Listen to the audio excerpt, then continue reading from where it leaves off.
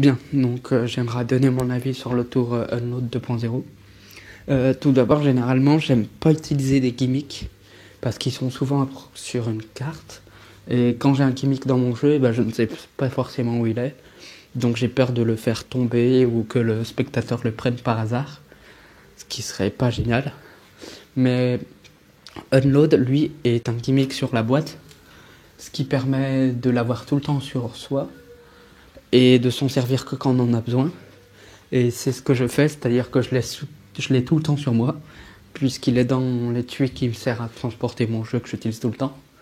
Et quand j'en ai besoin, je sais que je l'ai là.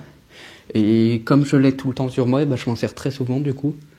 Je m'en sers essentiellement pour faire le change de carte à vue par exemple. L'imprimerie, où on prend une carte blanche qu'on pose sur le jeu, et en passant l'étui dessus, elle s'imprime en la carte du spectateur.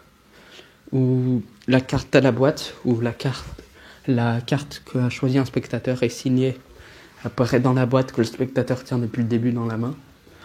Et puis l'effet phare du tour, où tout le jeu s'en va sauf la carte du spectateur, qui a un très bon impact, parce que les spectateurs ne s'y attendent pas. Le seul point négatif que je pourrais dire, c'est au niveau de la durée de vie du gimmick, puisque comme il est sur une boîte, lorsque la boîte s'abîme, le gimmick aussi. Mais comme on peut le changer facilement d'une boîte à l'autre, c'est pas ce qui dérange le plus.